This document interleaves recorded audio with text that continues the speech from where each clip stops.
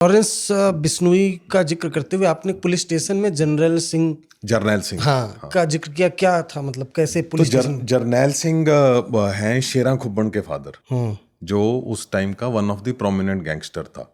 और शेरा खुब्बन एक प्लेयर था, हैमर थ्रो करता था वो, और उसको नेशनल जूनियर में अवार्ड मिला हुआ है।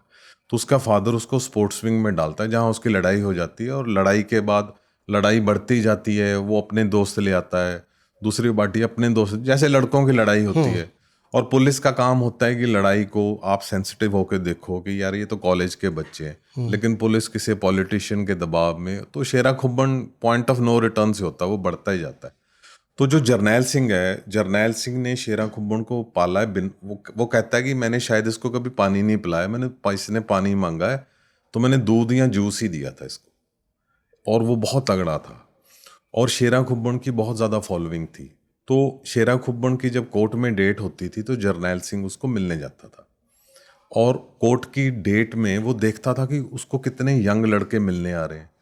वो तो परेशान था कि मेरा बेटा नेशनल अवार्ड जीतना था, इसने ओलंपिक्स में जाना था, और ये कोर्ट में एज अ डाकू या एज अ मर्डरर है, और इसको लड़के मिलने आ रहे हैं। तो उसने मेरे साथ इंटरव्यू में बोला कि मैं हमेशा ये सोचता था कि मेरे से एज अ बाप क्या गलती होगी, कौन से पॉइंट पे मुझे इंटरवीन करना चाहिए था कि मैं अपने बेटे को उस रास्ते पे चलने से रोक सकूं, और मेरे से वो मिस हो गया, मेरी गलती है।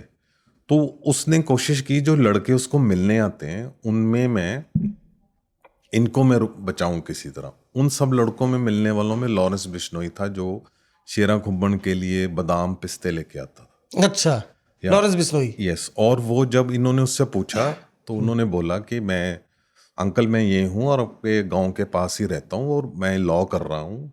और वो इंग्लिश में बड़ी अच्छी बात करता है, and Lawrence Bishnoi is very good looking, है ना। तो उसका बहुत अच्छा इंप्रेशन था। तो जरनैल सिंह ने अपनी इंटरव्यू में मुझे भी बताया, और उन्होंने और भी पंजाब के जर्नलिस्ट को यूट्यूब में बताया था दैट कि मैं फिर उनके घर गया। किसके? लॉरेंस बिश्नोई के घर गया। और क्योंकि मैं अपने बेटे को नहीं बचा पाया, तो मैं चाहता था मैं इसको बचाऊं। और वो उनके घर गया तो लॉरेंस के पेरेंट्स को मिला है, और लॉरेंस के पेरेंट्स को मिलके उनका जो कहना था कि वहाँ डेथ जैसी साइलेंस है, जो मदर है वो सिर्फ रो रही है, और बाप है वो बिल्कुल चुप बैठा है। तो ये लॉरेंस बिश्नोई, जिसको नेशनल इन्वेस्टिगेशन एजेंसी कह रही है 700 गैंग मेंबर्स हैं, कनाडा कह रही है डेजिग्नेटेड टेररिस्ट है, और उसका फियर है चारों तरफ, और उसके घर में मौत जैसा सन्नाटा है। क्यों? बिकॉज बच्चे वापस नहीं आ रहे। लॉरेंस बिश्नोई कभी वापस नहीं आने वाला। छोटा भाई है वो भी अनमोल बिश्नोई, वो भी गैंगस्टर हो गया।